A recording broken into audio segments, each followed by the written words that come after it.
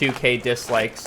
I think the Barracks has been shutting off the Instagram. John Hill and Andy Schrock decided to pull out of Battle at the Barracks.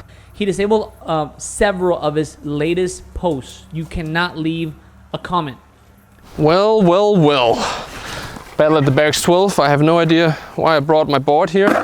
I won't be doing that much skating, but I really want to discuss what's going on in the world of Battle at the Barracks because, man, people are upset. And I actually brought a manuscript right here, and I'll show you guys my title of it.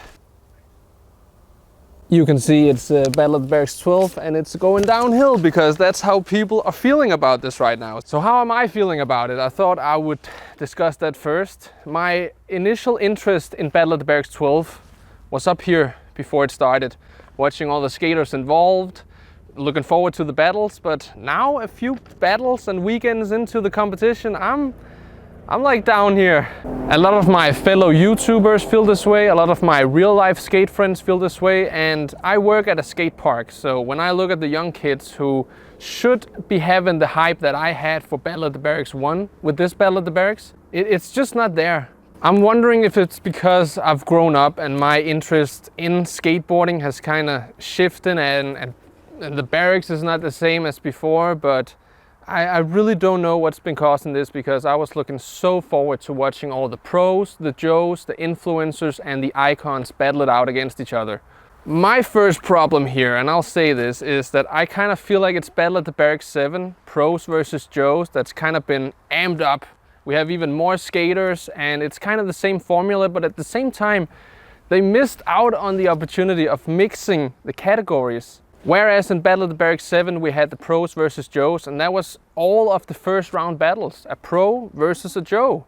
But maybe my losing interest in Battle of the Barracks 12 is not because I've grown up. Maybe it is because it is just too messy. One thing we got to talk about, which a lot of people have already been talking about on YouTube, we've seen Gifted Hater talk about this, and the Skate Informant talk about Sean Davis versus Sean Hover, which, I mean, if you've seen my prediction video, you knew that I thought that Sean Hover was going to win this because, I mean, he can 720 flip on flat, and so I thought he would win. But that is not the way it went because we had some questionable judging in the form of the referee actually being 3 friends, so not a neutral part watching over the battle. And yeah, that's been the main concern about this. Also, Sean Davis matching a nollie big spin without a pop, even though Sean Hover said it with a pop. That should be at least a redo, if not actually a thumbs down. But at the same time, we should just be taking it chill because it's skateboarding, it's fun. But I just feel like Battle at the Barracks has been set up to more professional standards these days. If you saw the death blow videos, which is what the Barracks kind of puts up to hype the fight, is that they'll show that death blow trick that, well, is gonna give the other person a letter no matter what. And Sean Davis had this pressure underflip, which is a really weird trick, I must say. I like weird tricks, but he did say in the death blow that he would only pull it out if necessary. And he ended up pulling it out when his opponent had T and he had S. So was it really worth it? And did he explain the trick well enough to Sean Hover in a friendly game of skate? A lot of people don't feel like that, me myself included. There was just some very unsportsmanlike things from Sean Davis where he questioned the switch tray flip, where he said that there was absolutely a toe touch, and then it resulted in having to check several cameras for the replay, and then in the end saying, well, if you say it didn't touch, I'll believe you. Come on, man, it's just a game of skate. Like, just believe Sean Hover in the first place.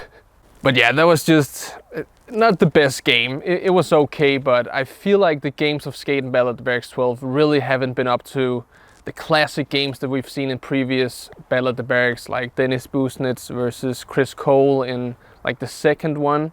I know they brought in Mike Vallely, who was also in the second one, who also battled Chris Cole, but I don't know if they can refine that glory of the old days. Now let's just go back to the script. I've written down grander picture, and the main problem about Battle at the Barracks 12 right now that a lot of people are having is the involvement of Kariuma. Me, I don't know what to feel about this because, I mean, it's a main sponsor, which we've seen in Battle at the Barracks previously, where I kind of feel like that those brands have more skaters in the actual competition. But it just seems like over half the Joes are Cariuma riders, which I've never heard of. And if you watched my Battle at the Barracks 12 prediction video, you would know that I got all of those battles wrong because I basically just guessed. I've just been reviewing the footage just to make sure I didn't say anything too dumb, but what was going on in the background there?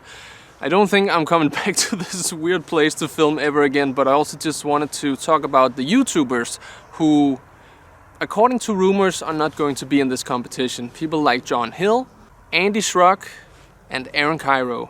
We've already seen Chris Chan have a battle. He won that. That was actually a really bad battle as well, but he ended up winning, which is cool. We've also seen Garrett Jenner in there. He won his, and of course he's in there. Cariuma. I think Steve Berra and Eric Carsten, anyone who's involved with Battle of the Barracks 12, have proposed this idea to Andy Schrock of him being in the game, and I think he declined it. And they may have gotten upset about that and thought that they could still win him over by giving him such a terrible trick in the whole Battle of the Barracks 12 teaser video. If you haven't seen it, it's right here. I know Andy must have felt that that was absolutely embarrassing having a trick like that in there when they could have taken everything. I'm sure they had to do some digging to find a trick that bad. And we all know Andy, he's a YouTuber, he shares everything, so it's just cool. It's more footage for the people, but oh my god, there's just a lot of weird stuff going on here. But John Hill, he mentioned in a YouTube comment, I think, that he wouldn't be participating, even though a few years back, I think he offered the Barracks like a couple grand to be in the competition, but apparently he's changed his mind. He's not gonna be in it. He probably didn't hear anything either. And Aaron Cairo, I just don't think we'll see him. I think the rumors are that he considered it.